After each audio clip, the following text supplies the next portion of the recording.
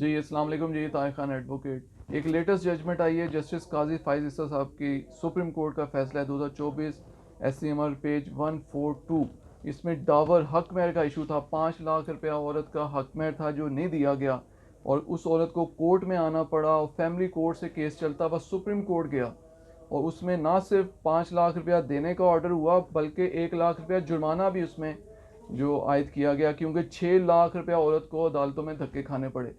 और ये हक महर उसकी शादी इंटैक्ट थी। मतलब सबसे मेन ग्राउंड जो लोग समझते हैं कि तलाक होगी उसके बाद औरत का राइट बनता है, जो गैर मोजल हक महर है। आप समझते हैं दो तरह के हक महर होते हैं, मोजल और गैर मोजल। जो एक हक महर है वो तो मौके पे अदा हो जाता है। दूसरा हक महर जो लिखा होता है गैर मोजल, वो समझा जाता है कि सारी ज़िंदगी ये अदा नहीं होना, बल्कि लोग कहते हैं लिख ले यार 10 लाख लिखना है, 15 लाख लिखना है, जो ये कौन सा हमने कभी देना है। लेकिन इस फैसले में उन्होंने जो है वो डिसाइड किया कि मैरिज इंटैक्ट है तब भी वो क्लेम कर सकती है, ऑन डिमांड है, जब मर्जी वो चाहेगी शादी के दौरान भी वो क्लेम कर सकती है। ज़रूरी नहीं है कि तलाक हो तो वो उसके बाद क्लेम करे, क्योंकि इसमें 2 शादियां थी उस बंदे की।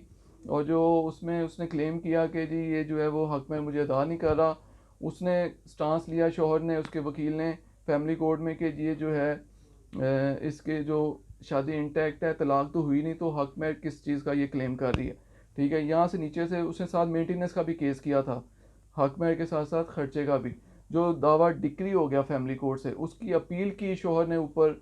एडिशनल डिस्ट्रिक्ट जज साहब ने डिसाइड किया कि जो ये हक महर है उसकी हद तक मैं दावा खारिज करता हूँ, और जो खर्चे की हद तक दावा जो है वो बरकरार है, डिक्री जो वो मेंटेन रहेगी। इस ऑर्डर के ख़िलाफ़ खातून ने जो हाई कोर्ट में रिट पिटिशन फाइल की। वहाँ से जज साहब ने जो ऑर्डर किया कि जी हक महर भी और मेंटेनेंस दोनों दिए जाएंगे। हक महर बेशक शादी इंटैक्ट है तब भी 5 लाख रुपया हक महर दिया जाए। उसके बाद उसके खिलाफ आदमी ने जो है वो ये पिटिशन फाइल की सुप्रीम कोर्ट में। जो 3 मेंबर बेंच का फैसला है, जस्टिस काजी फाइज ईसा साहब जो हैं उन्होंने ये हेड किया है। इनके साथ दूसरे जो 2 जजेस हैं, जस्टिस अमीनुद्दीन खान और जस्टिस अतल मिनल्ला।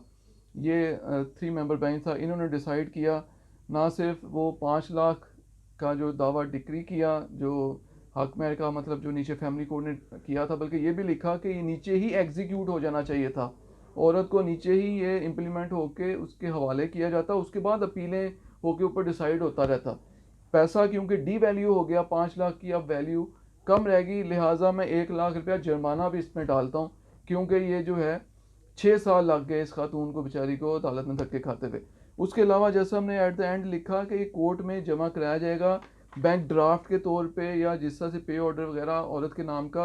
और अगर ये जमा नहीं कराता बंदा तो इसकी प्रॉपर्टी अटैच करके खुद बुद करके पैसे वहाँ से वसूल किए जाएँ। यहाँ तक जो है जैसा हमने ऑर्डर किया है, जैसे काजी फायदे साहब का लेटेस्ट फैसला है। और ये फैमिली जो केसेस हैं उससे रिलेटेड है, डावर से रिलेटेड।